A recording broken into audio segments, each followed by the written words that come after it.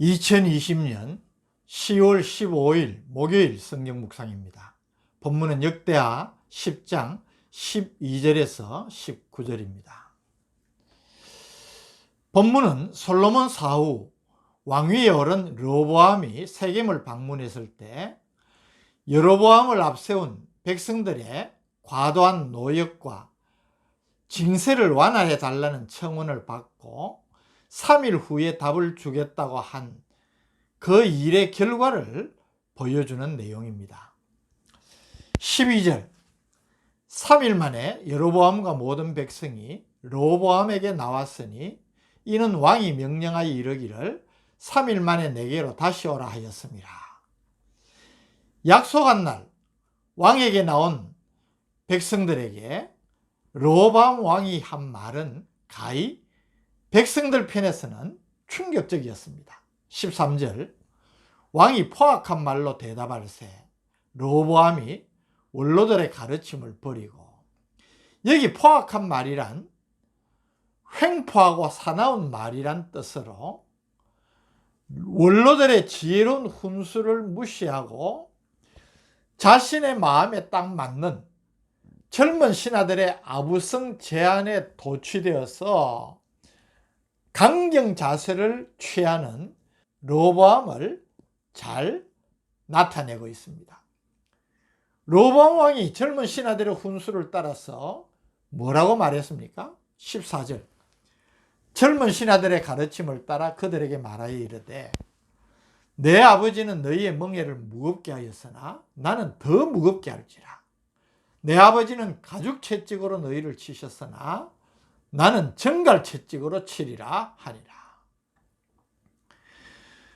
솔로몬 치하에서 오랜 기간 동안 여러 가지 건축 사역으로 인하여서 노역에 시달리고 또 경제적인 부담을 세금 때문에 많이 겪고 있는 백성들이 이제는 좀 노역도 감화해 주고 세금도 좀 완화시켜 주면 좋겠다고 청하는 그 요청에 완화는커녕 더 가혹한 억압 정치를 하겠다는 것을 노골적으로 지금 선포를 하고 있는 것입니다.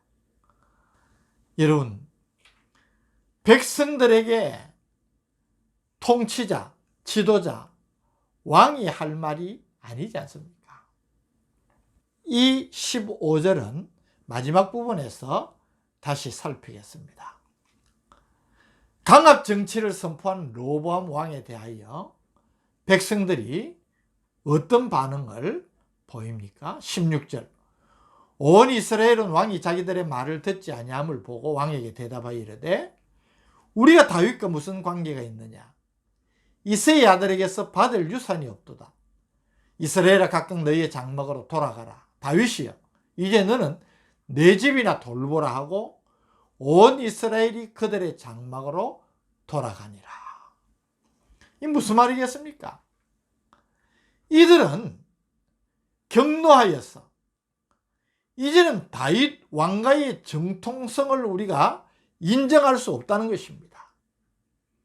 그래서 다윗 왕가의 치리를 우리는 받지 않겠다는 선언입니다. 자신들이 조금만 감화해 주면 좋겠다고 요청하는데 돌아온 반응을 보고 저들은 격분하지 않을 수 없었습니다. 그래서 우리가 그들에게 충성하지 않겠다는 것입니다. 이 이스라엘이 처음부터 다윗 왕가에 대한 반역을 감행한 것은 아닙니다.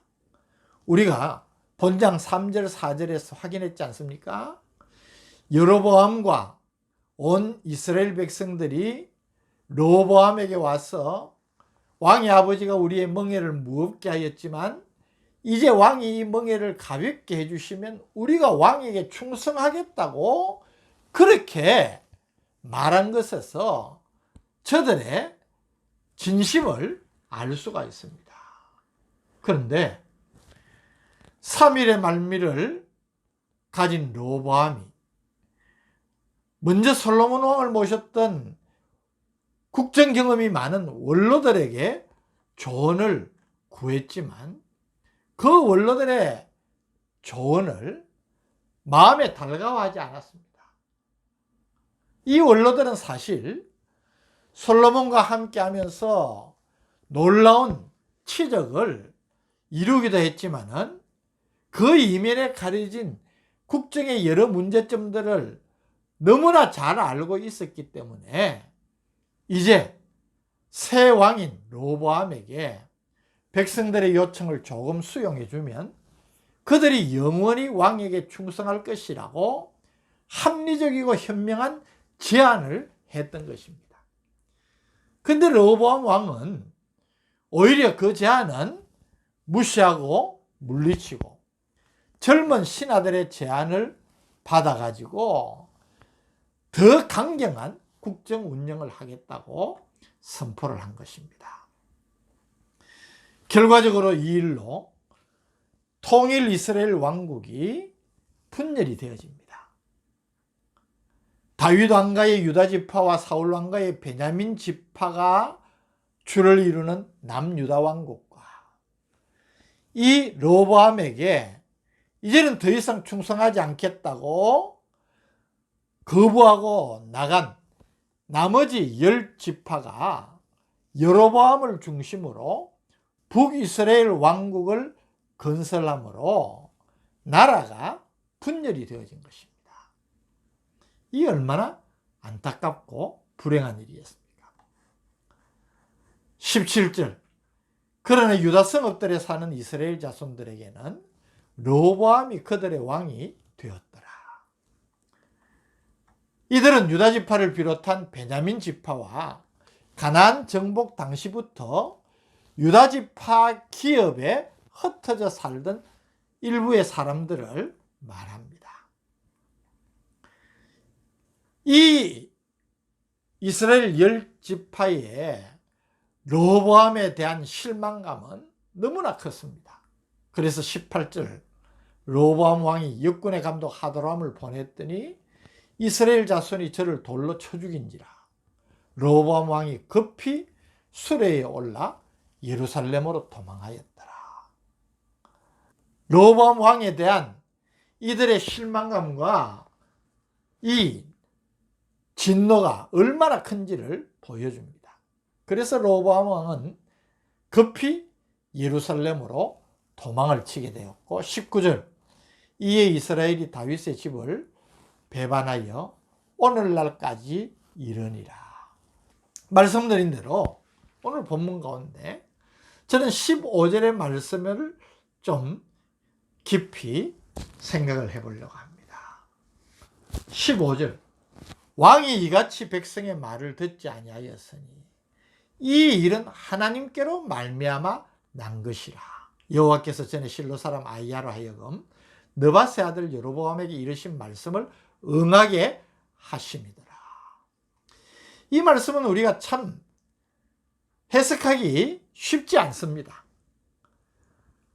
모든 역사는 하나님의 주장과 하나님의 진행에 따라서 역사가 흘러가는 것입니다.